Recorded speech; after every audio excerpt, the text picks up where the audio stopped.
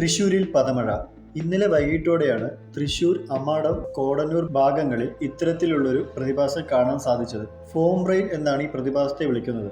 ആശങ്കപ്പെടേണ്ട കാര്യങ്ങളൊന്നും തന്നെ നിലവിലില്ല എന്നാണ് കാലാവസ്ഥാ നിരീക്ഷണ ബോർഡിൽ നിന്നും നൽകുന്ന വിവരം. ചില കാലാവസ്ഥാ വ്യതിയാനങ്ങൾ കൊണ്ട് ഉണ്ടാവുന്ന പ്രതിഭാസമാണ് ഈ ഫോം റെയിൻ അഥവാ പദമഴ.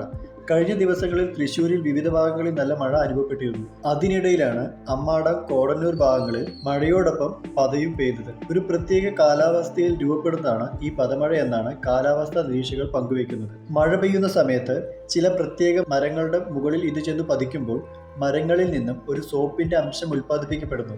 അങ്ങനെ വെള്ളവും ആ സോപ്പിന്റെ അംശവും ചേരുന്ന സമയത്ത് അത് ഒരു പ്രത്യേക പതയായി രൂപമാറ്റം സംഭവിക്കുന്നു.